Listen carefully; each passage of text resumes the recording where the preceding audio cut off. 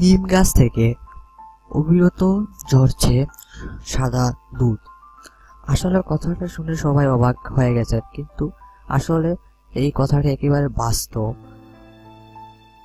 বাংলাদেশের সিলেট বিভাগের হবিগঞ্জ জেলার বাহুবল উপজেলার রামপুর চা বাগান নামক স্থানে একটি নিম গাছ থেকে অবিরতভাবে সাদা রঙের দুধ ঝরে পড়ছে, যা থেকে সবাই হতবাক।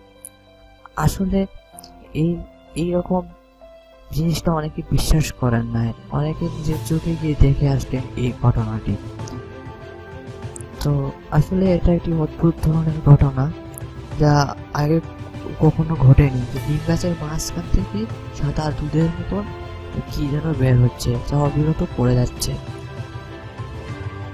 তো আজকে আমরা এই জিনিসটা দেখলাম। তো অবশ্যই যদি আপনাদের খবরটি ভালো লেগে থাকে, আরও যদি এরকমের খবর পেতে চান, তাহলে অবশ্যই আমাদের চ্যানেলটি সাবস্ক্রাইব করতে ভুলবেন না। ধন্যবাদ।